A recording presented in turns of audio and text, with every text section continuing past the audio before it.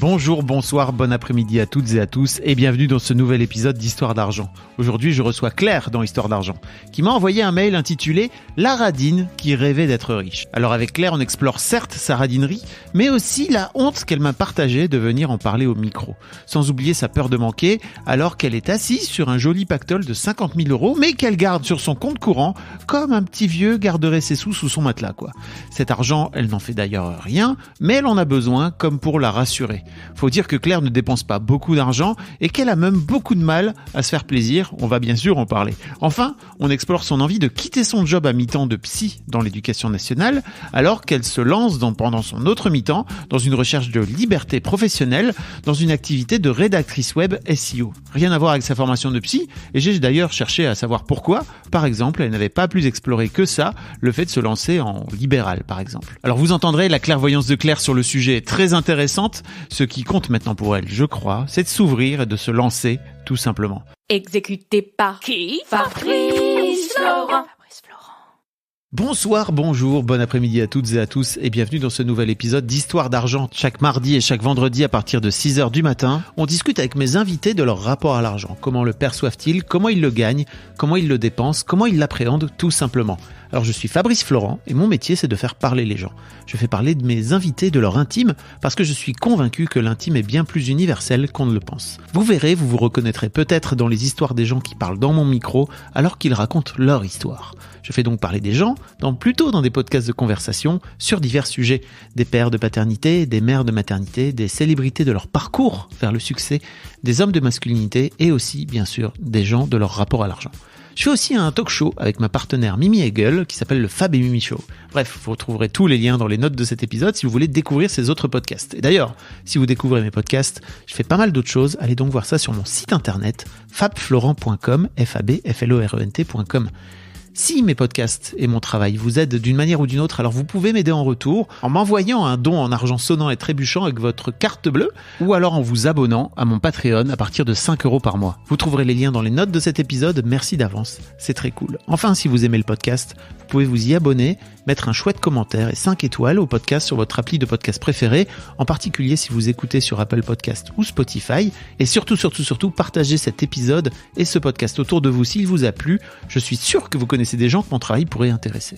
Vous pourrez également venir commenter avec mes auditrices et mes auditeurs chaque épisode directement sur mon Discord. Je vous invite à aller découvrir Discord, c'est un petit logiciel génial qu'il faut installer sur son téléphone ou sur votre ordinateur. En fait, vous pouvez me suivre sur les différentes plateformes et réseaux sociaux et trouver toutes les infos pour me contacter dans les notes de cet épisode. Merci d'avance et bonne écoute. Claire, bienvenue. Merci de m'avoir invité. Je suis contente de te rencontrer puis de passer dans le podcast. Avec plaisir. Merci beaucoup pour ton message. Ton mail qui, je crois que je vais l'utiliser comme titre, qui est intitulé « La radine qui voulait devenir riche ». Oui, c'est ça. La radine qui rêvait d'être riche. Qui rêvait d'être riche. C'est encore autre chose. C'est-à-dire que c'est un rêve pour toi. Voilà, c'est ça. Alors que, si je me trompe pas, en fait, de ce que tu m'as raconté, t'es déjà riche en fait. Moi, j'ai pas l'impression. C'est ça qui va être intéressant. Oui, ça va être intéressant. Et alors, je te remercie aussi de venir partager ton témoignage parce que ce que tu m'as dit, c'est que vraiment, t'avais honte. Oui, c'est ce que je ressens. Honte de ton rapport à l'argent. Oui. C'est vrai que j'en parle pas trop. D'ailleurs, c'est la première fois que je vais vraiment en parler comme ça aussi longtemps et autant en détail. Et c'est quelque chose dont je parle très peu. Il y a que mon conjoint qui connaît, qui sait comment je fonctionne, mais j'en parle pas ni à mes amis, ni même à ma famille. Donc c'est un sentiment de honte un peu que j'ai. Ouais, c'est ça. C'est pas juste que tu as envie que ça reste secret, c'est que tu ressens de la honte, quoi. Oui, c'est ça, oui. Tu ressens de la honte à propos de quoi? Je me dis que c'est être radine et c'est quelque chose qui dit quelque chose de moi que j'ai pas envie d'être en fait. Moi j'aimerais bien être autrement, surtout que j'ai conscience que ça se justifie pas, que je pourrais être vraiment différente. Donc c'est plutôt que je m'en veux même de pas être capable de dépasser ça et puis de changer ce trait de ma personnalité. C'est pas un trait de personnalité. Faut déjà en fait enlève ça de ta personne. C'est pas un trait de ta personnalité. Quand tu t'es en train de dire ça, t'es déjà en train de la coller à toi, je trouve. Ouais. Tu vois. Comme si tu pouvais plus l'enlever, quoi. J'ai pas toujours été comme ça en plus. Bah voilà. Je me suis rendu compte que c'était venu il y a quelques temps. J'ai pas toujours été aussi radine. Et tu me disais dans ton mail que tu avais du mal avec ce terme, radine. Oui. Donc déjà, c'est trop bien que tu le dises. Pourquoi t'as du mal avec ce terme ? C'est un mot que j'aime pas ce mot. Déjà, je le trouve moche. C'est pas un mot que je trouve agréable à dire. Et puis surtout, j'y associe des choses négatives en fait. Pour moi, les gens radins, j'imagine Picsou, tu sais, avec quelqu'un qui protège son argent, qui se fait pas plaisir, qui est dans le contrôle. Et c'est pas ça que j'ai envie d'être en fait. Ok. Comment ça se définirait, je sais pas, un ou deux exemples du quotidien, tu vois, où t'es vraiment en train de te dire, ah putain, là vraiment ma radinerie, elle est en train de un peu de me pourrir la vie, quoi. Alors j'en ai pas mal des exemples, mais le plus représentatif, c'est ce que je t'avais mis dans le mail, c'est que en fait quand j'ai commencé vraiment à avoir ce rapport à l'argent de radinerie, on peut le dire, il y a eu un hiver où j'ai pas voulu presque pas allumer le chauffage en fait. Donc je sais pas pourquoi ça s'était cristallisé vraiment sur le chauffage. C'était vraiment le poste principal de dépense où je m'étais dit je vais vraiment faire attention. Donc j'avais fait en sorte de baisser le chauffage vraiment au minimum. Je chauffais quand même, mais vraiment très peu. Et j'ai passé un hiver, c'était l'hiver dernier. D'ailleurs, je veux plus recommencer ça. Ça m'a servi de leçon quelque part. Ça m'a. Là vraiment en plus j'en souffrais, j'étais pas bien, j'avais froid, je devais tout le temps me mettre des vestes, des polaires et tout ça à la maison mais je sais pas pourquoi j'arrivais pas pour moi c'était presque douloureux d'augmenter le chauffage, de me dire que j'allais avoir des factures plus élevées. C'était impossible pour moi de vraiment de changer ça. Et alors tu vis pas seul, c'est ça tu me disais ? Non. Donc tu vis avec ton conjoint, c'est ça ? Oui. Qui lui aussi s'est caillé le cul pendant tout l'hiver, alors c'est ça. Voilà, c'est ça. Maintenant, on en rigole, mais c'est vrai que sur le moment, lui, il est pas comme moi du tout. En plus, lui, il est pas du tout. Il a un rapport à l'argent, je trouve, qui est plutôt sain. J'ai l'impression. Et c'est vrai que, alors, il m'a laissé faire, mais bon, il me faisait quand même des remarques. Il me faisait comprendre que, comme il me disait, on a quand même de l'argent, on peut se chauffer. C'est quand même la base. Oui, et il t'a pas dit à un moment donné, non mais en fait, je te la paierai la facture.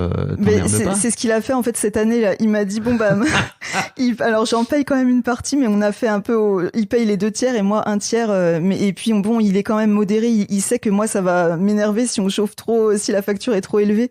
Donc il fait en sorte quand même de ménager un peu ce côté-là. Mais ok, parce que je suis assez pour l'idée de se dire ok, il vaut mieux mettre un pull que de rajouter 2 degrés, tu vois, dans la pièce. Ça pour le coup, même en termes d'écologie et tout, je trouve ça cool. Mais effectivement, après si ça cristallise plutôt une forme de peur par rapport à l'argent, c'est un peu dommage, quoi. Oui, moi c'était vraiment ça. Je l'ai senti. C'est l'année. On va sûrement en parler, mais c'est l'année où j'avais décidé de me lancer en freelance en fait et de quitter mon poste de fonctionnaire. Et j'avais juste ce projet, c'était même pas encore lancé.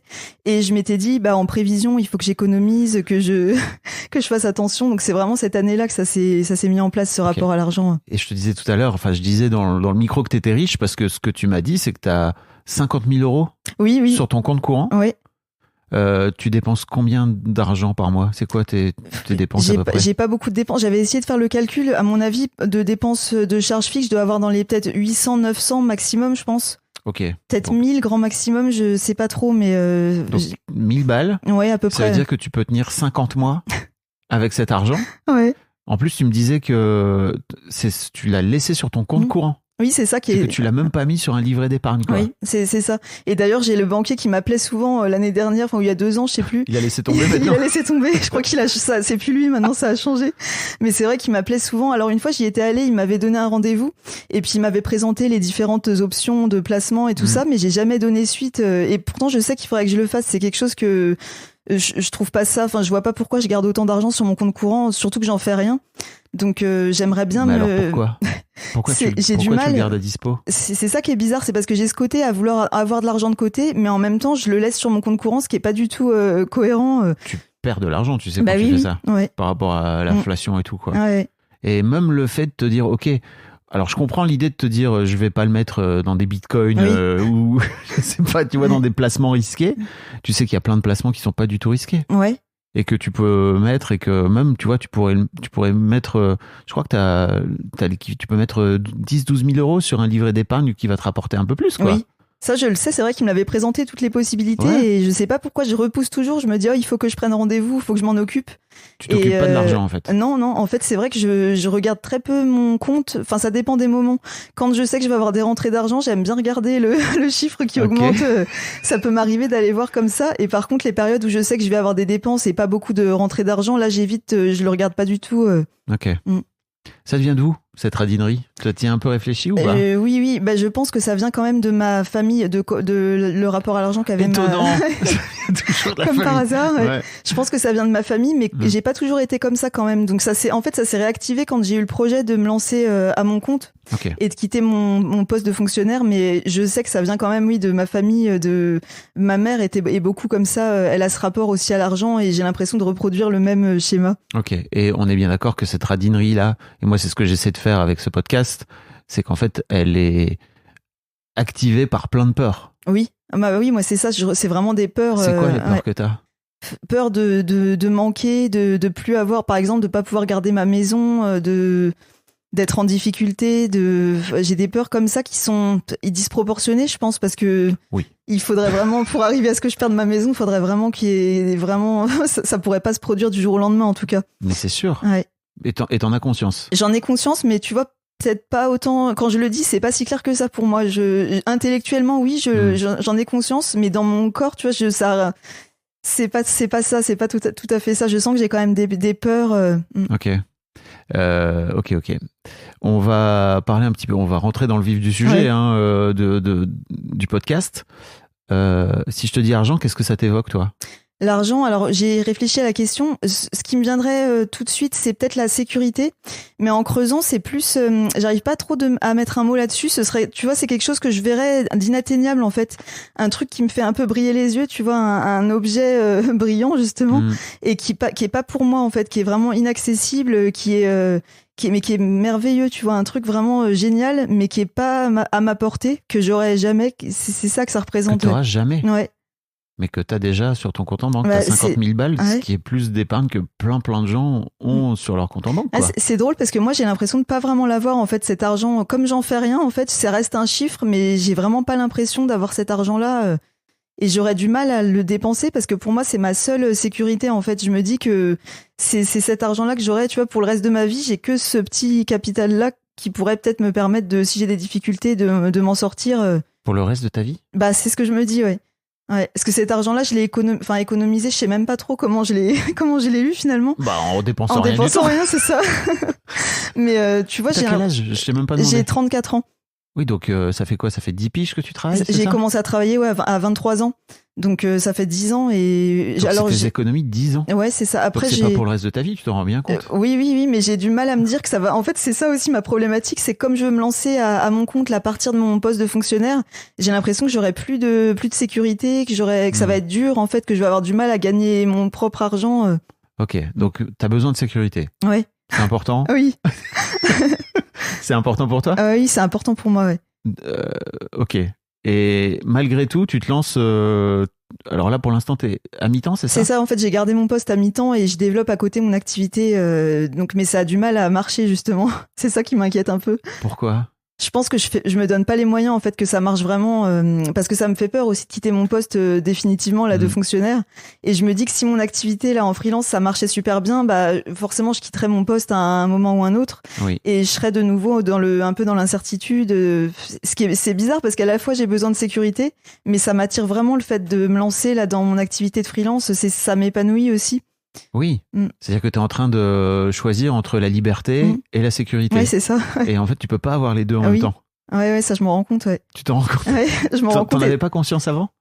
Je pense que j'en avais conscience, mais de toute façon, je vois bien là qu'il y a un blocage, tu vois. Je vois que j'arrive pas vraiment à développer mon activité.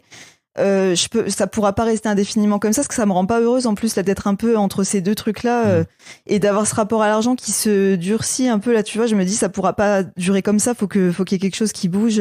Peut-être par rapport au rapport à l'argent justement. En fait, c'est pas que le rapport à l'argent, c'est en fait ton rapport à la sécurité, ton rapport à la liberté, je crois. Ouais. En fait, c'est marrant parce que j'ai eu une invitée qui est un peu dans cet état d'esprit-là aussi, qui est un peu entre deux jobs, tu vois, et qui, mais elle, pour le coup, elle est pas dans la peur, tu vois, elle a besoin de sécurité, ça c'est sûr et certain. Elle se définit pas comme radine, donc c'est un peu un profil un peu différent de toi. Mais c'est vrai que je lui disais, c'est quand même assez ouf à quel point on fait des tas et des tas de...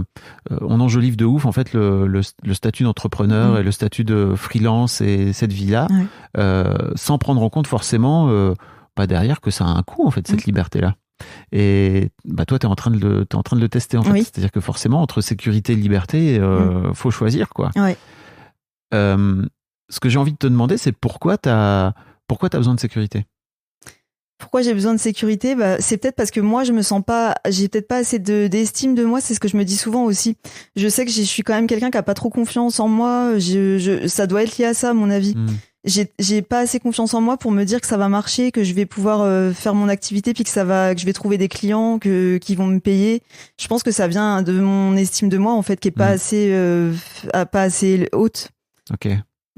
T'es arrivé ici, tu t'es installé en disant merci de m'avoir répondu parce que j'étais à peu près convaincu que j'allais rien avoir à raconter, quoi. Oui. C'est vrai que ça, c'est ce que je me suis dit. C'est dur avec toi. Hein. Ouais. Je m'en rends pas trop compte, mais on me le dit. Mon conjoint, il me le dit souvent, lui, que je suis quand même dur avec moi, que j'ai pas d'estime de moi, tout ça. Mais c'est vrai que moi, c'est ce que je me suis dit. Oui, quand tu m'as proposé de venir, j'étais même étonnée que tu me proposes ça. Mais tu m'as envoyé un mail. Ouais, je pensais même pas. Je pensais pas que t'allais me répondre. Déjà, je me disais. Mais pourquoi tu m'as envoyé un mail alors? Je pense que j'avais quand même des choses à partager. Je me disais que peut-être ma situation pouvait aussi faire écho à d'autres personnes qui vivaient ce que je vivais en ce moment. C'est sûr et certain. C'est étonnant. C'est étonnant ce truc entre le fait de m'envoyer un mail et en fait après d'avoir une réponse, d'être étonné d'avoir une réponse. Ouais. Je pensais pas que ce serait si rapide. En fait, je m'étais dit peut-être tu me répondras, mais dans longtemps. Ça aurait pas empêché que je me serais sentie quand même. Je me serais dit que j'avais rien à raconter quand même. Ça aurait rien changé, mais bon. Mais t'as bien conscience quand tu racontes dans ton mail que t'as plein de trucs à raconter. Ouais, je me dis que c'est peut-être pas intéressant ou que d'autres gens vont peut-être pas comprendre la façon dont je fonctionne. Je crois que franchement, sur 1 heure de discussion, si les gens n'arrivent pas à comprendre comment tu fonctionnes, c'est que j'ai pas été bon, c'est pas toi. Peut-être, oui. Donc vraiment. Ok, donc t'es un peu dans ce schéma-là, quoi. Oui. On va essayer de creuser un petit peu d'où te vient un peu cette radinerie. Oui. Est-ce que tu as un premier souvenir à me raconter, un peu marquant? Oui, j'ai un souvenir avec l'argent. Mon premier souvenir, ce serait quand j'avais peut-être 6-7 ans. J'avais un de mes oncles qui venait souvent chez nous le dimanche, qui venait manger chez nous, donc chez mes parents. Et en fait, à ma sœur et à moi, il nous donnait toujours une pièce. Alors, je sais plus de combien, c'était peut-être 10 ou 20 francs. Je sais plus, j'ai plus trop le souvenir des montants là en francs. Mais c'était une pièce assez grosse, je me souviens, et à chaque fois, il nous donnait une pièce comme ça. Et puis un jour, il nous en avait pas donné. Et moi, j'avais dit, tu nous donnes pas de pièces aujourd'hui. Et je me souviens que mes parents, il y avait de ma famille aussi ce jour-là. Ils avaient tous été pas choqués, mais enfin, ils m'avaient dit, Claire, ça se fait pas, faut pas que tu dises ça, tu peux pas réclamer d'argent. Ça m'a marqué, parce que je me rappelle encore, je sais pas, je devais avoir 6-7 ans pourtant. Et ça m'a resté ce souvenir-là. Ça se fait pas de réclamer de l'argent. Ouais. Et sur le coup, moi, je me rappelle que j'avais pas trop compris. J'avais bien saisi qu'il y avait un truc qui allait pas, enfin que j'avais dit quelque chose qu'il fallait pas. Mais moi, je voyais pas le problème en fait. Et d'ailleurs, ça m'a marqué. Je me rappelle encore aujourd'hui. Bah oui. Ça se fait pas de réclamer de l'argent, tu te rends compte? Oui, j'y ai repensé en repensant à ce souvenir-là. Je me suis dit comme quoi c'est quelque chose que j'ai encore aujourd'hui. Oui. D'avoir du mal de demander de l'argent. Tu me disais que dans ton mail, tu me disais que tu avais du mal à estimer ton prix, à estimer un prix que t'estimes juste pour toi, quoi. Ouais. Ok. Ok. Tes parents, ils faisaient quoi? Ils font quoi mon père, il était facteur et ma mère, elle travaillait pas. Elle nous a élevés, ma sœur et moi, elle travaillait pas. Ok. Et je sais que j'avais honte d'ailleurs. C'est pas qu'elle travaillait pas, donc. C'est qu'elle elle s'occupait de vous. Elle s'occupait de nous, oui. Parce que j'imagine qu'elle a bossé, quoi. Oui, c'est sûr. Ouais. Et oui, moi j'avais un peu honte de cette situation-là, tu vois, d'avoir ma mère qui n'avait pas vraiment de vrai métier en quelque sorte. Je sais qu'à l'école, quand il fallait remplir les feuilles au début d'année, on nous demandait d'écrire la profession des parents, et j'avais toujours un peu honte moi de dire que ma mère avait pas de vrai métier, et même que mon père était facteur, c'était un métier que je trouvais pas très valorisant. Je sais que très jeune, j'avais déjà un peu ce regard-là sur mes parents, alors que je sais pas qui a pu me mettre ça en tête, parce que dans ma famille, il n'y a jamais eu ce genre de discours. Mais je sais que moi, assez jeune, dès l'école primaire, j'avais déjà ça en tête. Ah ouais? Un peu un sentiment d'être peut-être moins bien que certaines de mes copines de classe. En comparaison, tu veux dire? Oui, en comparaison, ouais. Ok. Et donc, j'imagine que tu t'as grandi dans un foyer assez modeste, finalement. Oui, c'est ça. Avec la paye d'un facteur, c'est pas non plus... Je sais qu'on n'avait pas trop de moyens. Enfin, ma mère le disait beaucoup, d'ailleurs. Elle nous faisait comprendre qu'il fallait qu'on fasse attention, qu'on n'avait pas beaucoup d'argent. Pourtant, on a manqué de rien. Enfin, je sais qu'on a toujours... j'ai jamais eu de souvenir où on avait vraiment été en difficulté. On partait en vacances l'été, mais toujours en faisant attention quand même. Je sais qu'ils choisissaient des destinations forcément pas trop chères. Quand on faisait les courses, des fois pour la rentrée aussi, je me rappelle, on pouvait pas choisir forcément les marques qu'on voulait. Ma mère faisait attention. Je me rappelle bien, c'est aussi dans le magasin. Elle nous disait non, faut pas prendre telle ou telle référence d'agenda ou des trucs comme ça. Donc j'ai quand même baigné un peu là-dedans aussi. Ouais. T'as baigné beaucoup là-dedans. Oui. Et donc tu sors de là avec une peur finalement de dépenser de l'argent et de te faire plaisir. Oui, c'est vraiment ça, ouais. Ok. J'ai du mal à dépenser quand c'est pas utile, en fait. Toutes les choses un peu superflues qui pourraient me faire plaisir, en fait, les loisirs, ou même les vêtements, les restaurants, tout ça, j'ai du mal à dépenser pour ça. Parce que je me dis, je pourrais m'en passer, c'est pas indispensable. Alors, tu viens de dire, j'ai du mal à dépenser quand c'est pas utile, toutes les choses qui pourraient me faire plaisir. Ouais. Tu te rends compte? Ouais, c'est vrai que mais je suis beaucoup là-dedans. Moi, j'ai l'impression j'ai du mal, de toute façon, à accepter, de me faire plaisir en général. Et je suis toujours un peu dans le contrôle à valoriser le travail, d'autant plus maintenant où j'essaye de développer mon activité. Donc c'est un peu du temps perdu, j'ai l'impression aussi, quand je peux faire des loisirs, des choses comme ça. C'est du temps perdu. Oui. Du temps où je gagne pas d'argent, en fait, je me dis. C'est ça. Du temps où tu gagnes pas d'argent, mais comme en même temps, t'as du mal à te vendre, entre guillemets. J'imagine que c'est aussi, ça doit aussi te faire du mal dans l'autre sens, quoi. Ah oui. Là, ces derniers temps, c'est pour ça aussi que je me dis qu'il faut que ça change, parce que ces derniers mois, là, j'étais vraiment pas très épanouie, pas très heureuse. Je pouvais passer des journées à essayer de prospecter, mais sans grand résultat, un peu sur mon ordinateur, à tourner en rond, à pas réussir à vraiment à aller où je veux. Donc ça, c'est vrai que j'ai passé ces derniers mois n'ont pas été très très réjouissants là. Donc ok. Et je vois pas trop de perspectives d'amélioration. Enfin, si, je sais qu'il faut que je change, mais c'est compliqué pour moi de voir un peu dans quel sens je dois aller. Qu'est-ce que tu pourrais changer, tu crois, pour faire en sorte de peut-être réussir à mieux te vendre? Ça, c'est la grande question. Alors là, j'ai commencé quand même un coaching là, il y a quelques semaines. Ça, c'était une grosse décision aussi que j'ai prise. Ça a coûté de l'argent, oui, non? Ça a coûté de l'argent. Ouais.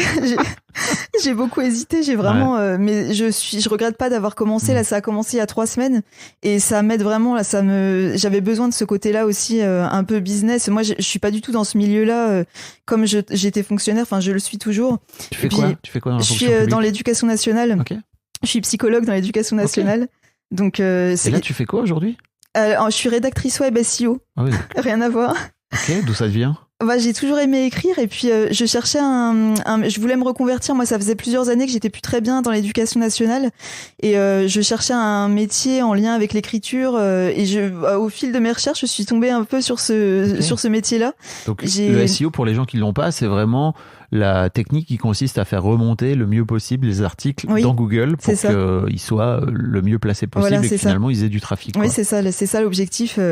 Et puis j'ai élargi un petit peu, j'écris aussi, tu sais, des newsletters, même sur LinkedIn maintenant ça commence à se développer, d'écrire les posts LinkedIn à la place en fait d'autres personnes qui n'ont pas le temps de le faire. Donc tu fais ça en tant que prestataire de C'est ça, voilà. Oui. Pourquoi tu t'es pas dit tiens je vais me lancer en libéral en tant que psy? Je me le suis dit. C'est ta formation? Oui, c'est ça, c'est ma formation, j'y ai pensé et je me le garde aussi comme peut-être qu'en parallèle de la rédaction j'aimerais bien aussi avoir ça. Alors ça me paraît un peu compliqué de jongler entre les deux, mais j'aimerais bien aussi, j'exclus pas de le faire peut-être un jour, de m'installer en libéral, ça me plairait aussi. Mais alors j'ai du mal à comprendre, tu vois, pourquoi tu vas dans un métier, alors en termes d'attrait pour l'écriture et tout, j'entends bien, tu vois, mais il y a plein de façons d'écrire, de t'épanouir dans l'écriture. C'est intéressant de réfléchir à pourquoi t'as voulu en faire ton métier, de te reconvertir, de te remettre aussi dans une situation un peu insécurisée et inconfortable, alors que si je me trompe pas, en fait, ça fait 10 piges que tu fais ton métier de psy. Enfin, t'aurais pu te dire, ok, j'ai une envie d'aller de liberté, tu vois, je vais me lancer en tant que libéral. Ça me paraissait plus compliqué, je sais pas pourquoi, c'est drôle que tu me poses la question, j'y ai pensé, mais moi je m'étais dit ça va être compliqué, il va falloir trouver un local pour m'installer, trouver des patients aussi, ça me paraissait presque plus compliqué de trouver des patients que de trouver des clients là en rédaction. Mais ce qui est peut-être pas le cas, c'est peut-être une fausse croyance, ça aussi. Moi, je sais pas, parce que tu vis à Troyes, c'est ça? Oui, oui. Je connais pas la situation des psys à Troyes, tu vois, mais en tout cas, je sais qu'ici à Paris, il manque cruellement de psys. Ah oui, mais partout, je pense que il en manque partout. Ouais. Globalement, ouais. Il y a une vraie demande, quoi. Oui. T'avais peur de gagner de l'argent? J'avais peur que ça marche pas, je sais pas, ou même. T'avais peur que ça marche? Ou peut-être que ça marche aussi, c'est vrai. Non, c'est une vraie question. Ouais. Ce qui m'a fait peur aussi, c'était le côté que c'était peut-être plus visible. J'avais peur aussi dans ma ville, tu vois, de m'afficher un peu tu vois, d'être vraiment visible. Là, en rédaction web, je prospecte dans toute la France, finalement, donc je suis moins identifiée. Il y avait je pense qu'il y a ce côté-là aussi qui m'a fait un peu peur dans le fait de m'installer en libéral. Ok. D'être visible? Ouais. Qu'est-ce que tu veux dire par là? Je sais pas, j'avais peur de... Comme en plus je travaille quand même encore là dans l'éducation nationale, je me disais peut-être qu'il va y avoir ça sera mal vu, mal perçu par mes collègues. C'était un peu cette peur-là aussi, comme de faire la même activité mais en libéral. Je sais pas, c'est un peu flou, tu vois, quand je le dis, je m'en rends compte. Mais je veux dire, t'as vu avec l'éducation nationale, ils sont ok pour que... Enfin, tu vois, ils t'ont filé ton mi-temps, tout est validé, tu vois, tout est dans... Tout est au cordeau, quoi. Oui. Mais c'est peut-être plus vis-à-vis de mon entourage, de mes collègues, tu vois, qui comprennent pas ce choix-là ou qui se disent, elle aurait pu faire que du libéral, qu'elle s'en aille, tu vois, définitivement. J'aurais un peu peur que les gens me jugent, en fait. Ouais. Et pourquoi?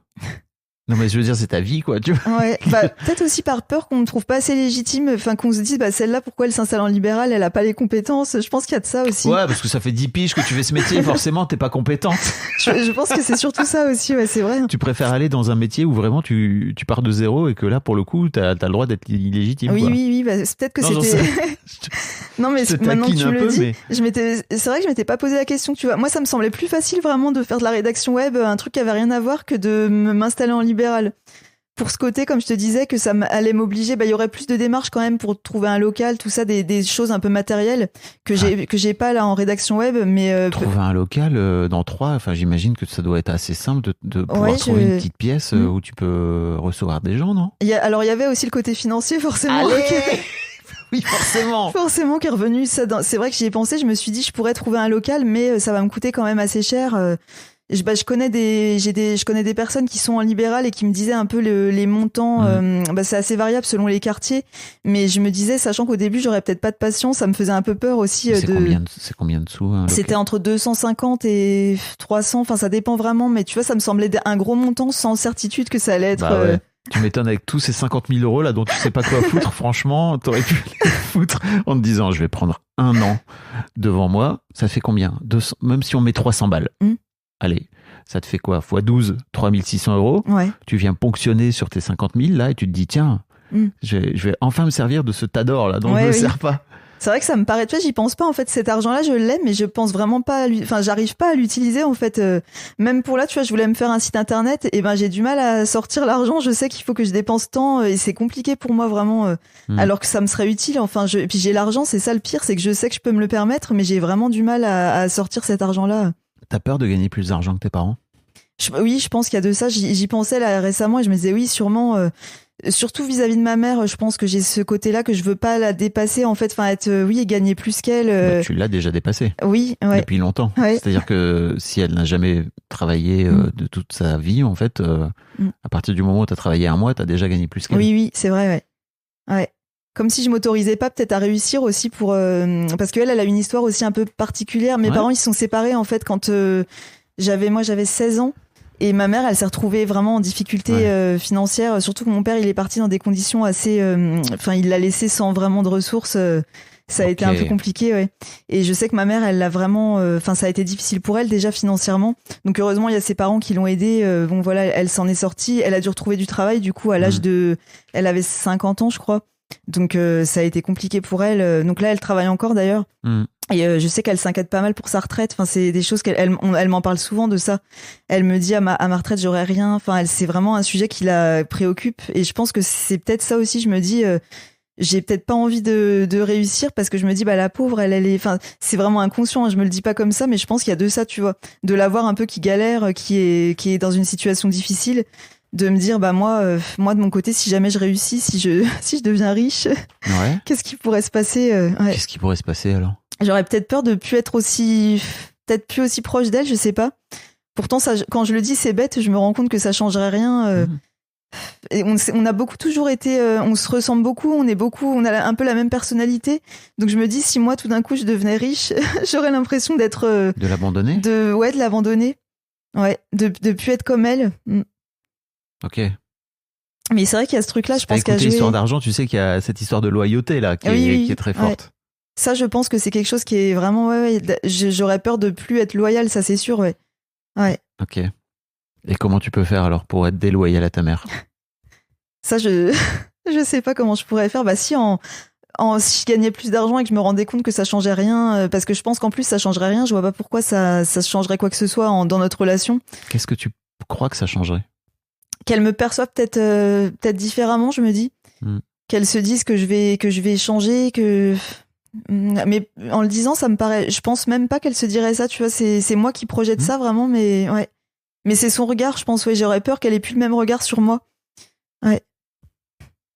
Mais tu vois, c'est ta vie à ta mère. Et toi, t'as ta vie à toi, quoi. Oui. Mais ça, je sais que j'ai du mal. J'ai un travail encore à faire là-dessus, je pense, pour accepter que moi, comme tu dis, que j'ai ma vie à moi. Et puis et c'est pas parce que moi je réussis que je l'abandonne, que ça va changer notre relation. Mais tu te rends compte, bien sûr. Et en plus, en fait, c'est fou parce que je t'ai amené sur cette histoire de psy libéral parce que je crois qu'il y a vraiment moyen de gagner beaucoup d'argent si tu te démerdes bien en tant que psy libéral, quoi. J'ai pas l'impression, tu vois, moi c'est drôle, mais je sais pas, je me dis que ça va être compliqué, mais c'est sûrement une croyance aussi que j'ai. Mais ça va être compliqué comme n'importe quel, comme n'importe quel boulot que tu fais en libéral, quoi, tu vois. Mais c'est marrant parce que j'ai vraiment la sensation que, ok, t'as développé une expertise pendant 10 ans sur ce job-là, et que c'est comme si, et qu'en fait, forcément, cette expertise-là, elle pouvait t'amener aujourd'hui à 34 balais, à te dire, ok, j'ai développé tout ça. Je peux reprendre à mon compte et faire en sorte de, on va dire, capitaliser dessus pour gagner de l'argent, et que tu te dis, non, ça finalement pas du tout, je vais repartir de zéro pour finalement ramer un peu, quoi, tu vois. C'était peut-être une façon aussi un peu de me saboter, je me dis. J'ai pas dit ça, c'est toi qui l'as dit. Mais c'est vrai, parce que tu vois, comme si j'avais tout balayé, c'est vrai ça. Comme si j'avais pas du tout profité de toute cette expérience que j'avais eue, comme si je laissais tout derrière moi, que je laissais ça de côté, sans vraiment capitaliser là-dessus, comme tu dis. En plus, c'est ta formation, c'est ça? Oui. T'as fait combien d'années d'études? J'ai fait 5 ans, plus j'ai refait 2 ans après pour... Pourquoi pas? Effectivement. Et c'est bizarre, mais ça me fait rien de me dire que je peux tout laisser tomber, tu vois, c'est drôle. En le disant, c'est comme si, tant pis, c'est pas grave, tu vois. C'est drôle que j'ai cette réaction-là. Mais bien sûr, je crois qu'il y a au fond de toi un truc qui te dit, ça va être vachement plus simple de pas gagner d'argent en repartant de zéro, quoi. Ah, peut-être, ouais. C'est vrai que je m'étais jamais dit ça, mais oui, t'as raison, c'est peut-être ça aussi. Comme si je me prouvais que oui, c'était compliqué, que j'allais galérer, ouais. Oh putain, c'est dur, et en plus, je suis à mi-temps, et enfin, tu vois, tu t'es mis dans toutes les dispositions qui sont compliquées. Ouais.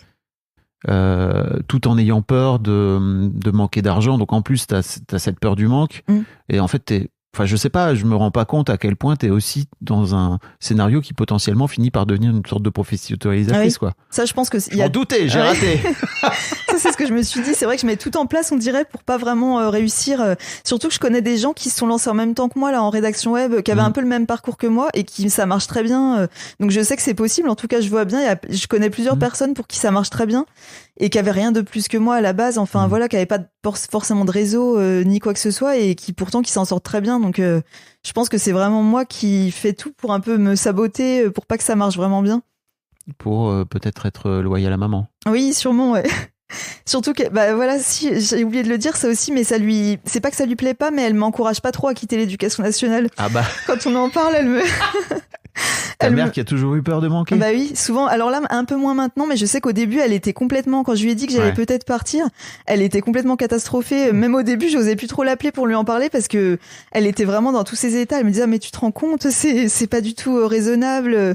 Imagine, tu perds ta maison, après t'as plus d'argent pour payer ta maison et tout. Elle m'a T'as vraiment le textbook d'où viennent toutes tes peurs. Ouais, c'est vrai, c'est ça. Et maintenant, bon, c'est un peu moins le cas. Elle a compris quand même que c'était mon objectif. Elle me le dit moins, mais je sens quand même que. Tu lui as dit, maman, tu me casses un peu les couilles là? Non, je lui ai pas dit. Pourquoi?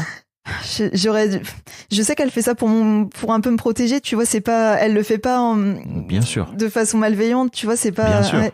j'aurais peur qu'elle le... Mais encore une fois, les deux choses peuvent exister en même temps. Ouais. C'est-à-dire que tu peux aussi... Ta mère, tu peux l'entendre venir te balancer toutes tes peurs, entendre qu'elle le fait pour ton bien, et aussi venir lui dire, tu sais maman, quand tu fais ça, je sais que tu le fais pour mon bien, mais t'es en train de pas me rendre service en fait. J'ai besoin de soutien là. Ouais. Et ça, c'est vrai que je lui ai pas dit, mais c'est ce que je ressens, en tout cas, c'est ce que j'aimerais lui dire. Et d'ailleurs, il y a pas que elle, hein, dans ma famille, il y en a beaucoup aussi qui sont comme ça. Quand j'ose même plus trop en parler quand on se voit, parce que je sais qu'ils vont toujours un peu me mettre en garde, me dire, oh bah, fais attention, c'est bien que tu gardes ton poste à mi-temps quand même. C'est tout le temps ça. Donc c'est vrai que j'ose plus trop en parler, en fait, à ma famille. Donc c'est ça aussi qui est compliqué. Je pense que c'est difficile de développer une activité quand on l'assume même pas vraiment, aux yeux de sa famille, j'essaye presque de le cacher, en fait. Merci. Et je pense que j'arriverai jamais à, tant que je l'assumerai pas et que j'en parlerai pas ouvertement, je pourrais pas vraiment, ça pourra pas vraiment marcher. Merci de dire ça, c'est tellement important. C'est important parce que je crois qu'il y a plein de gens qui sont dans ton cas, qui viennent de familles qui ne sont pas du tout, qui n'ont pas la fibre entrepreneuriale, parce que c'est pas, encore une fois, c'est une mode qui est en train d'arriver là maintenant, tu vois, et que les gens sont en train de tester, sont en train de voir. Et en fait, pour les gens pour qui c'est pas évident, que c'est pas naturel, ça fait peur, quoi. Ouais. Et tu as dit un truc, tu as dit que t'as peur de te montrer, tu le caches plutôt dans ta famille. Je me permets juste de faire le point avec le fait que tu voulais pas être visible dans ta ville en tant que psy libérale. Oui. Ça, c'est vrai qu'il y a quelque chose aussi par rapport à ça, sûrement. Je m'en rends compte là en le disant, mais c'est vrai. J'ai toujours eu du mal, à me mettre en avant, en fait, à me rendre visible, à parler de ce que je fais, Et c'est drôle parce que pour moi, c'est un lien, tu vois, avec l'argent. Tu me disais au début, l'argent, ça te fait penser à quoi? Pour moi, c'est un peu la même chose que d'être un peu connu, tu vois, d'être visible. J'associe vraiment les deux pour moi. Un peu être riche et célèbre, tu vois, pour moi, ça va ensemble. C'est vraiment, c'est quelque chose pour moi. Être visible, c'est aussi, je sais pas, réussir, montrer sa valeur, tu vois, c'est un peu ça. Et ça, pour moi, ça va de pair avec l'argent, en fait, vraiment. Et c'est vrai que je le fais pas, du coup. Moi, j'arrive pas à me rendre visible, à parler de moi. C'est bizarre parce que je viens quand même parler de mon histoire. Merci. C'est bizarre que j'ai osé quand même du coup venir, mais c'est ce que je te disais tout à l'heure. Ouais. Je sens que j'ai envie, tu vois, j'ai des choses à dire et j'ai envie de me montrer, en fait, mais je le fais pas vraiment, en fait, dans ma vie, tu vois, c'est quelque chose qui est compliqué et que je fais pas.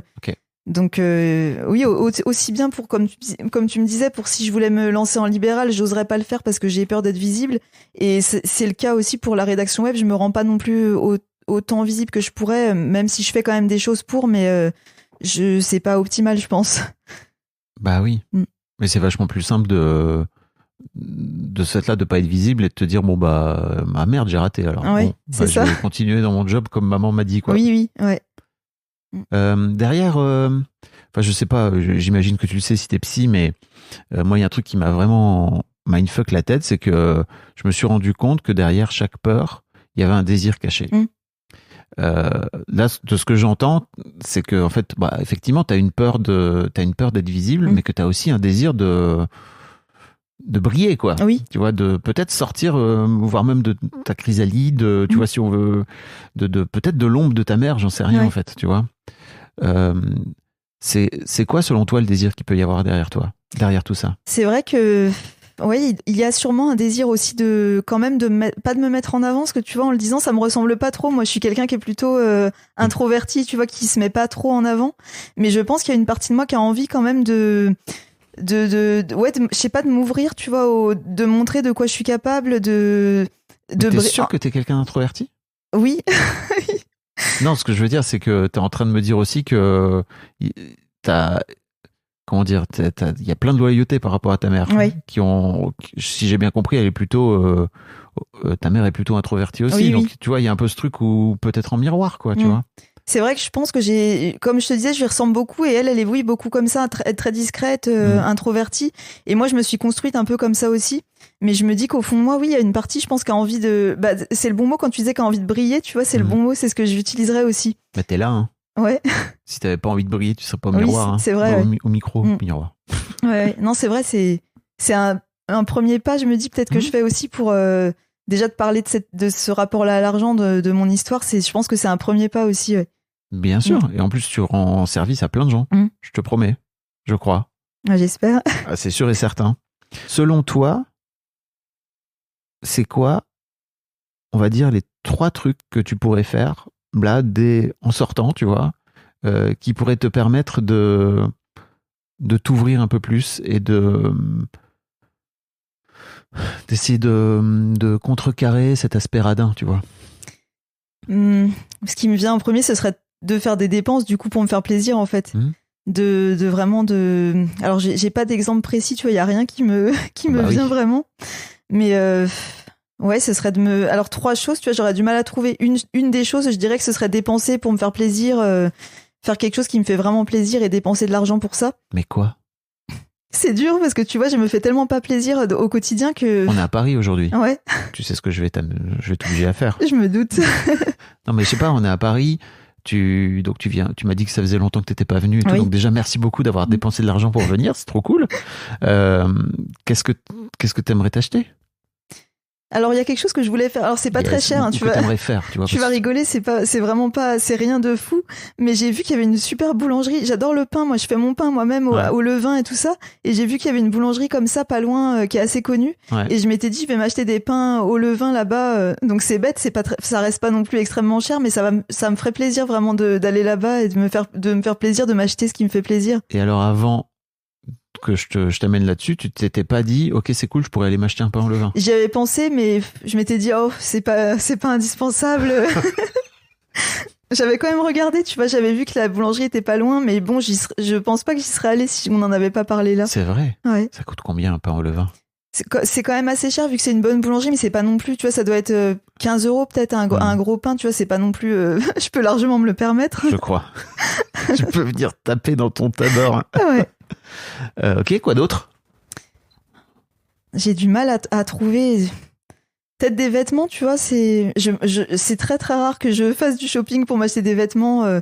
Mais pourtant, c'est quelque chose que j'aimais bien avant quand j'avais 20 ans, tu vois, par là. J'aimais bien m'acheter des vêtements. Puis j'ai complètement... Enfin, je m'en achète de temps en temps, mais c'est vraiment très rare quand j'en ai vraiment besoin. Bah, je me dis peut-être un peu refaire ma garde-robe, ça pourrait peut-être être quelque chose aussi que je m'autorise. Bah oui. Parce que tu l'as dit toi-même, en fait, tu t'empêches de te faire plaisir. Ouais. C'est quand même dramatique parce qu'en fait, je te rappelle qu'à la fin, on meurt. Hein. Bah oui, ça, je me le dis souvent. Ah bon tu sais, non mais attends, je me le dis souvent, mais je continue à bien en chier quand même. Très souvent, je dis ça à mon copain. Je lui dis si jamais je meurs si on m'annonce que je vais mourir dans 1 mois, mais je serais dégoûtée, j'aurais rien fait de ma vie. Tu vois, je lui dis souvent ça. Donc tu vois, c'est vraiment. Changes rien. Bah, j'arrive pas vraiment. Okay. C'est pour ça, tu vois, je me dis là, il faut que j'avance là-dessus parce que je me rends compte. En plus, le pire, c'est que je suis quand même assez lucide là-dessus, mais j'arrive pas à débloquer ça. Et il dit quoi ton chéri quand tu lui dis ça? Il dit juste ouais bah t'as raison, continue à en chier. Il se moque plutôt de moi quand même quand on en parle. Il comprend pas trop, je pense, pourquoi je suis autant là-dedans. Surtout que lui il est pas du tout comme ça, donc ouais il comprend qu'il y a des peurs derrière. Je sais pas trop s'il comprend qu'il y a des peurs derrière. Je pense qu'il va écouter l'épisode parce que il était assez étonné aussi que je vienne ici, tu vois, que je fasse la démarche de venir. Je pense qu'il va écouter l'épisode et peut-être que ça va lui permettre de comprendre ça aussi, qu'il y a des peurs derrière. C'est ce que j'ai essayé quand même de lui faire comprendre, mais je sais pas trop si je lui ai dit assez en détail. Même moi, j'ai peut-être pas trop conscience de ces peurs-là, donc. Ok. Et quoi d'autre? La troisième chose, un truc qui me ferait vraiment plaisir, c'est de partir en week-end, tu vois, toute seule, me faire un petit séjour, tu vois, ou même avec mon copain aussi, de l'inviter, ça me ferait plaisir aussi. Mais moi, je m'étais souvent dit, j'aimerais bien partir toute seule. Un truc qui m'a toujours fait envie, c'est de partir faire comme une retraite, tu sais, un peu de méditation, des trucs comme ça, de plusieurs jours, d'une semaine, où ça fait plusieurs années que j'en parle et j'aimerais bien le faire. Et que t'as pas fait. Et que j'ai pas fait. Donc là, ce serait un truc à faire là pour cette année. Ouais. Et parce que là, tu te rends compte que t'as les yeux qui pétillent direct en fait quand tu en parles. Ah bah tu vois, ton regard change instantanément quoi. Ça, c'est vrai que c'est un truc que j'ai vraiment envie de faire. Ouais. En fait. Tu vois, toute cette histoire de vie riche dont je parle de temps en temps, d'abondance, etc. Enfin, tu vois, tu peux y mettre plein de choses. C'est là. C'est ça qui est incroyable, je crois, c'est que c'est là et qu'en fait, on s'empêche. Et moi, j'ai pu beaucoup m'en empêcher d'aller piocher dedans, d'aller plonger dedans et d'aller vraiment se prélasser dedans, quoi, tu vois. Il y a que toi qui t'empêche, on est assez d'accord. Oui, il y a que moi, ouais. Ok. Bah, trop bien, alors ça te fait déjà, et dis. Il y a vraiment moyen de dépenser de l'argent et de se faire du plaisir, là. J'espère que non, je pense que je vais le faire parce que tu vois, je suis dans la démarche de me dire qu'il faut que ça change. Donc, c'est des choses concrètes là que je peux mettre en place. Ouais. C'est-à-dire tes devoirs, quoi, tu vois. Tu viens pas à mon micro si tu parles, vous en parlez des trucs, quoi. Je m'engage à le faire. Merci. Et alors, par rapport à cette histoire de job, alors j'entends bien que t'as... En fait, j'ai un peu la sensation que t'as pas creusé plus que ça, cette histoire de psy. Encore une fois, je suis pas en train de te dire que c'est... Peut-être que t'as plus envie d'être psy, tu vois, ce qui n'a strictement rien à voir, mais tu m'en as pas parlé comme ça du tout, quoi. Non, c'est pas ça. C'est un job qui t'intéresse? Oui, ça pourrait m'intéresser d'être en libéral. J'y ai pensé d'ailleurs quand même plusieurs fois. Ça me déplairait pas. Non, j'aimerais peut-être pas faire. C'est pas, ça me déplairait pas. C'est, j'ai envie de le faire. Ouais. C'est pas du tout pareil. Je suis peut-être pas sûre, tu vois, c'est Okay. ça. Je suis un peu en hésitation. Je pense que j'aimerais pas avoir que ça, en fait, comme activité. Okay. Ce qui me plairait, c'est d'avoir vraiment deux choses assez différentes. Et je sais pas si c'est vraiment possible comme je te disais, de jongler entre les deux. Ça me paraît peut-être un peu ambitieux, d'avoir à la fois deux activités aussi différentes. C'est un peu ça, mon interrogation. J'ai peur de pas mettre assez de moyens, tu vois, pour développer l'une ou l'autre des activités. Je pense qu'il faut être à fond dans chacune des activités. Est-ce que si je suis dispersée entre les deux, je pourrais vraiment que ça marche dans l'une ou l'autre, quoi. C'est un peu ça. T'as la sensation d'avoir un peu fait le tour de ton activité de psy? C'est surtout dans l'éducation nationale, moi, que ça me plaît plus trop. Le cadre un peu trop rigide et tout ça. En libéral, je pense que ce serait quand même différent. Ça n'a rien à voir. J'ai l'impression de ce que tu me racontes que t'es pas au bout de ton métier de psy. Non, pas du tout, non. Ok.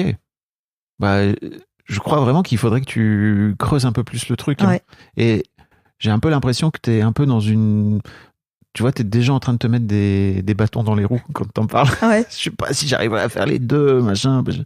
En fait, faut au moins, je sais pas, regarder, quoi. Tu vois, explorer un petit peu le truc, quoi. Mais c'est vrai que j'ai souvent tendance à me mettre des bâtons dans les roues. C'est intéressant, tu vois, ce que tu dis. Pas que pour ça, mais j'ai tendance à toujours voir les choses un peu dans le négatif. Avant de faire quelque chose, je me dis toujours, ça va mal se passer. J'ai du mal à être optimiste. Et du coup, souvent, je fais pas les choses, tu vois, ça me bloque. Avant même de commencer, bah, je préfère même pas essayer parce que comme ça, au moins, je risque pas de réussir. C'est dur. Mais t'as l'air d'être tellement lucide. Oui, mais c'est ça qui Qu'est-ce qui t'empêche d'y aller? C'est ça qui me fait un peu du mal, tu vois, c'est de me dire je suis lucide, j'y pense souvent, j'arrive assez bien à analyser un peu dans le schéma dans lequel je suis, mais j'arrive pas trop à changer concrètement, tu vois, c'est dur pour moi de changer, et je pense qu'il y a beaucoup de peurs en fait encore qui sont trop présentes. Oui, et c'est ce que j'allais te dire, c'est que peut-être que si tu switches sur c'est quoi les désirs qu'il y a derrière la peur, en fait ça t'amène vers l'action, ça t'amène vers l'envie plutôt que vers putain j'ai peur, donc en fait ça te paralyse, quoi. Ouais.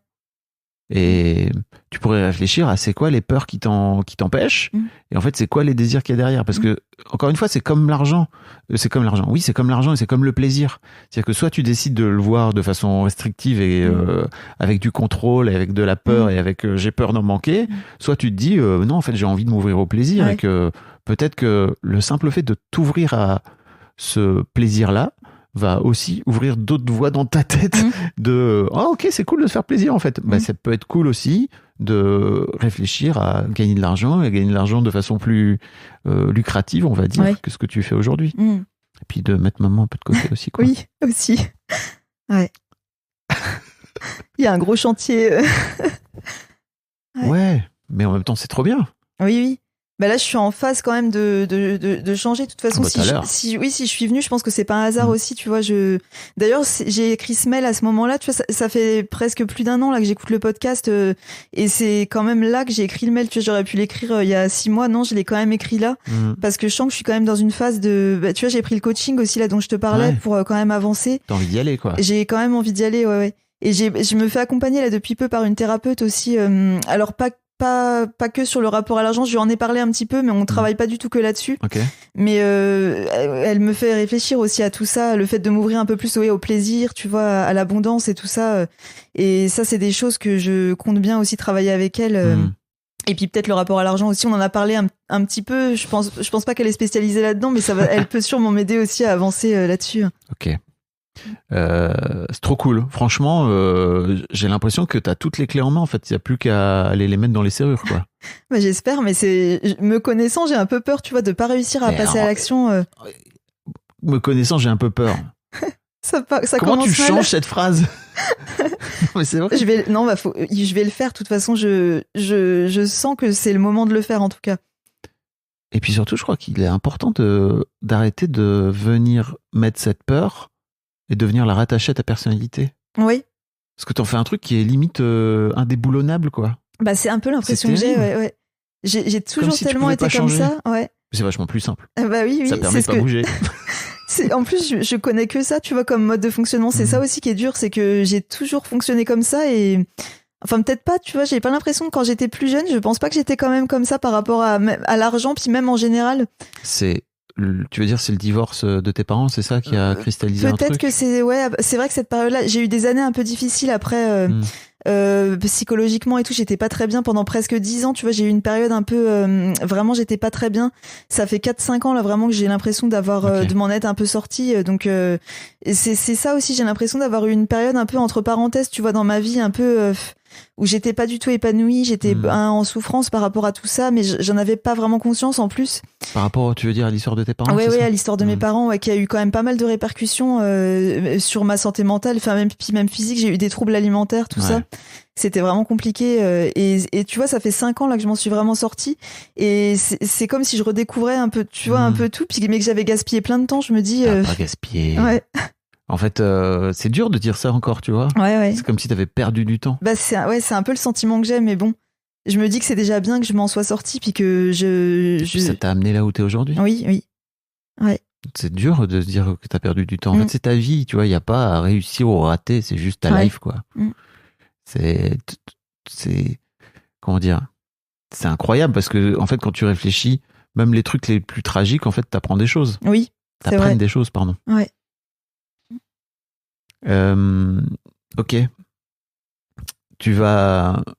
L'autre truc que je pourrais te suggérer aussi, c'est d'avoir une vraie discussion avec ta mère à ce propos, quoi. Tu vois, une discussion authentique.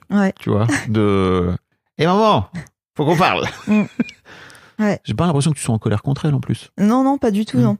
Non, parce que je comprends, tu vois, ses inquiétudes. Comme elle est dans une situation difficile, elle veut sûrement pas que je me retrouve dans la même situation qu'elle. Je pense qu'elle fait tout ça pour me protéger, pour m'éviter d'avoir des galères et tout. Donc je pense pas du tout que j'ai pas de colère contre elle à ce niveau-là. Ouais. Mais c'est sûr que ça me bloque plus qu'autre chose. Je pense qu'elle soit dans ce discours-là. Et toi, tu la protèges aussi de ce fait, en lui en parlant pas. Oui, c'est vrai. Ouais. Ouais, j'aurais du mal, tu vois, à lui en parler. Pour moi, ce serait peut-être prendre le risque de lui faire de la peine, Faire de la peine de quoi? Qu'elle se dise, tu vois, que ouais, tu vois, je peux même pas répondre tellement c'est dur. Ouais, j'aurais peur de la blesser, tu vois, en ayant une discussion comme ça à ce sujet-là, qu'elle se dise, tu vois, bah j'essaye de la mettre en garde et puis elle me reprend, tu vois, j'aurais un peu peur de ça qu'elle me. Mais en fait, si tu parles de toi et que tu parles pas d'elle, elle va pas elle va pas te dire que. Enfin, tu vois, si tu parles juste de la façon dont tu vis les choses, toi, il y a aucune raison qu'elle le prenne mal. Oui. Après, c'est son problème à elle, tu vois. Si tu parles de toi et qu'elle le prend mal, tu vois, il y a un moment donné où tu peux pas non plus décider à sa place, quoi. Puis j'aurais presque peur, tu vois, après que si jamais elle me parle plus de tout ça, qu'elle Encore peur, tout à fait, oui. C'est ça. Si elle arrête de me mettre en garde et tout ça, j'ai peur si ça marche pas, tu vois, mon activité, si je quitte mon poste et que ça marche pas, bah tu vois que tous mes proches ils pourront me dire ah bah tu vois on te l'avait bien dit et tu vois je me sentirais vraiment mal moi. C'est ça, j'y pense souvent aussi. Je me dis mais si je quitte mon boulot là dans l'éducation nationale et puis que mon activité marche pas ou ne marche plus au bout d'un moment, je serais super mal, tu vois, vis-à-vis des autres, de me dire, bah, j'ai pas fait mes preuves. Enfin, tu vois, ils m'ont mis en garde, je les ai pas écoutés, et maintenant, voilà, tu vois, c'est vraiment, j'ai ce truc-là aussi. C'est dur encore. Hein. Tu te rends compte qu'en fait, quand ils font ça, ils sont juste en train de t'empêcher enfin, ils te retiennent, quoi, tu vois. Ouais. Et que, quoi qu'il arrive, si tu te lances et que tu te plantes, t'auras appris plein de choses. Ouais. Mais ça, ils peuvent pas le savoir. Parce qu'ils ont jamais testé. Ouais. Et donc, c'est dur pour eux aussi de comprendre que quand tu testes un truc et quand tu le rates, bah, t'apprends. C'est sûr que si t'as été, enfin, je sais pas quelle est leur situation professionnelle à tous ces gens qui te disent ça, mais c'est sûr que si t'as été dans un job où t'as été salarié toute ta vie, etc., et que t'as pas pris beaucoup de risques, bah, en fait, c'est dur de comprendre ce que ça veut dire, quoi. Et que tu vois plus la vie que comme, bah, moins tu prends de risques, mieux tu te portes. Ouais. C'est sûr qu'après ils peuvent venir te juger, mais tu pourras venir leur dire bah moi j'aurais testé les gars. Ouais, faut que j'assume ça en fait, c'est ça, j'ai du mal à assumer, tu vois, de de vouloir tester, de faire mon expérience et puis quoi qu'il arrive, voilà que c'est mon choix et que je l'assume quoi. Ça n'est pas c'est exactement ça, c'est-à-dire que leur histoire n'est pas ton histoire. Ouais. C'est ton histoire, c'est ta vie en fait à la fin. Comment tu décides de la vivre, à travers les yeux de tes parents et de tes proches ou à travers les tiens? C'est quand même une chouette question à se poser à 34 ans quoi. Ouais. Non mais c'est vrai. Ouais, mais c'est la première fois, tu vois, que je me pose depuis que j'ai le projet en fait de me lancer dans mon activité là, parce qu'avant je vivais un peu ma vie, tu vois, sans trop me poser de questions. En fait, j'étais dans ce schéma un peu tout tracé, et du coup, mais c'est intéressant d'un côté, tu vois, de me lancer comme ça, d'être un peu dans cette situation, parce que ça me fait remonter plein de questionnements, Oui. Ouais. Je le vois bien là, ça fait 1 an là que je me suis lancée et ça ravive plein de choses. Donc rien que pour ça, je trouve ça intéressant d'avoir été d'être dans ce processus-là. C'est un peu désagréable ou ça va? C'est désagréable, mais d'un côté, je me sens quand même enthousiaste, tu vois, à l'idée de. Enfin, j'ai vraiment l'espoir que ça puisse marcher, en fait. Moi qui disais tout à l'heure, tu vois, que j'étais assez pessimiste, il y a quand même vraiment une partie de moi qui y croit. Je me dis, si je suis sûre que ça peut marcher, j'ai envie que ça marche. Donc, moi, j'y crois, mais j'ai l'impression qu'il y a des choses qui me retiennent, donc sûrement mes proches, mais tous ces discours-là que j'entends. Les peurs, les fameuses peurs aussi, il y a des choses que je sens bien qui me retiennent, mais il y a toute une partie de moi qui a envie vraiment d'aller de l'avant, de briller, tu vois, c'est le bon mot que tu as utilisé tout à l'heure, de briller, c'est le mot que j'utiliserais aussi. Ok, c'est trop bien, hein. Bravo, j'ai vraiment l'impression que t'as tout en toi là. Bon, il y a plus qu'à faire quoi, tu vois, il y a plus qu'à. Finalement, j'ai un peu l'impression que t'es au bord du vide là et qu'il faut sauter quoi. Oui, c'est vrai, c'est ça, c'est ce que je ressens. Ouais. C'est ce qui me fait, encore une fois, la peur. Je vais redire encore le mot, mais c'est ça, de faire le dernier pas, tu vois, pour sauter, c'est ça. Ouais. Ok. Et c'est quoi le désir derrière cette peur de faire le dernier pas? Ce serait de réussir, je dirais, enfin, vivre la vie que j'ai envie. Sans contrainte. Alors je pense que c'est peut-être un peu une illusion, tu vois, de penser qu'il n'y a pas de contrainte dans l'entrepreneuriat. Je vois bien que c'est pas le cas, mais moi je le vois quand même comme une vie professionnelle, en tout cas, qui est plus épanouissante, plus libre en tout cas. C'est ce que je recherche aussi, la liberté. Et puis, je sais pas, me prouver que je peux gagner mon argent moi-même, c'est quelque chose qui me plaît aussi, ça. Yes. De me dire que je dépends plus de personne, enfin que c'est vraiment que ça repose sur moi, c'est quelque chose qui me j'ai envie de ça, moi, vraiment. Même si, c'est sûr, c'est plus incertain, il y a moins de sécurité et tout ça, mais il y a d'autres avantages aussi qui sont peut-être plus grandes quand je mets dans la balance les deux. C'est peut-être la balance, elle penche plus du côté de la liberté, de l'envie de m'épanouir dans cette activité-là. Et tu vois, le simple fait de ne plus parler de peur et de parler de désir, de liberté, effectivement, en fait, tu parles de contraintes, t'as raison, il y a des contraintes, mais c'est des contraintes que tu choisis. Et ça change tout, en fait. Oui, il y a des contraintes, et en fait, il y a des contraintes que tu subis, il y a des contraintes que tu choisis. Et franchement, l'objectif, je trouve, de l'entrepreneuriat, c'est de finir par choisir le maximum de contraintes et d'en avoir le moins possible que tu subis, quoi. Là où j'ai un peu l'impression que dans un job salarié, tu vas surtout beaucoup subir les contraintes parce que t'en choisis finalement assez peu, quoi. Mais ouais, je trouve que ça éclaire tout de suite directement. Je vois ton visage qui change. Tu vois, ça change complètement la perspective, en fait, quand tu décides de passer du côté du désir, quoi. Ouais. Il faut que je fasse comme ça la prochaine fois. Du coup, quand j'ai une peur, c'est vrai, le réflexe de tout de suite se dire qu'est-ce qu'il y a comme désir derrière. C'est un truc que j'ai appris il y a 3 ans, que je ne fais plus que ça, et c'est incroyable. Ça change toute la vie. C'est-à-dire que tu t'ouvres à la vie. Par rapport à la peur qui a tendance à vouloir retenir tout un maximum, quoi. Est-ce qu'il y a un sujet sur lequel je t'ai pas amené, dont tu aurais aimé parler? J'ai l'impression que j'ai pas trop parlé d'argent finalement. On a beaucoup parlé d'argent. Non, Tu te rends compte qu'on a beaucoup parlé d'argent? Au début, tu vois, oui, c'est sûr, quand je parlais de mon côté radin justement et tout ça, mais finalement, oui, c'est lié forcément. Tout est lié de toute façon, mais ouais. Parce qu'en fait, derrière la radinerie, tu viens avec ça. C'est intéressant, mais tu viens avec ça, mais parce qu'en fait, cette radinerie, elle est juste l'expression de tes peurs, de tes peurs de vouloir, comme tu dis, justement, sauter le pas. Oui. T'es assis sur ton gros tas d'or, là, et en fait, ce gros tas d'or, tu sais pas quoi en faire. En fait, si tu décides tout simplement de t'ouvrir d'un coup d'un seul, tu vois, je te dis, tu pourrais prendre un local à 300 balles pendant un an, ça te ferait 3600 balles. Si en plus, t'arrives à placer un peu cet argent, il y a moyen de récolter un peu de sous en plus.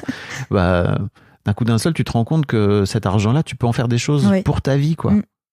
et que tu dis ouais, j'ai rien à en faire, mais si tu deviens un peu créatif et si tu t'ouvres à, tu vois justement, c'est quoi ma vie riche, c'est quoi le plaisir, c'est quoi le machin, d'un coup d'un seul, tu t'ouvres à plein de choses que tu peux faire avec cet argent. Ouais. Sans pour autant tout dilapider, parce que je crois pas que ce soit ton style. Non, ça c'est ça, je veux pas tout dilapider, mais je le ferai pas de toute façon, c'est sûr que... Tu le feras jamais. Je sais que je garderai toujours un peu un contrôle.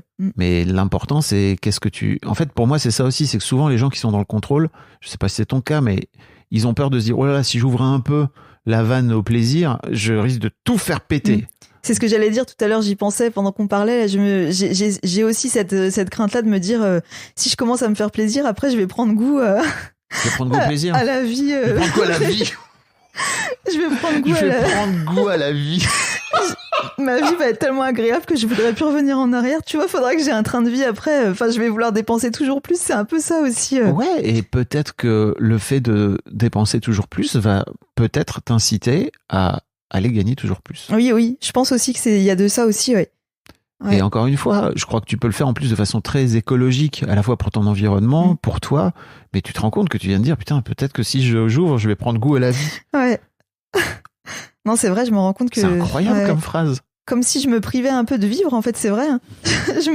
Mais je m'en rends compte, ça, c'est vrai, quand je revois un peu ma vie les derniers mois, même la dernière année, c'est vraiment beaucoup de privations, de contraintes que je m'impose à moi-même. C'est pas du tout du plaisir, en tout cas, donc...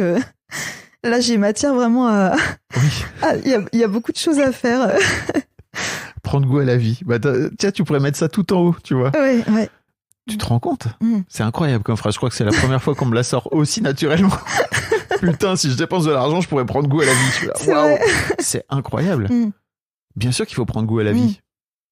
Et je me le dis, en plus, comme je te disais, je dis souvent, si jamais il m'arrivait quelque chose, tu vois, demain, mais j'aurais pas du tout profité, j'aurais tout gâché, tu vois, je me dis, c'est vraiment...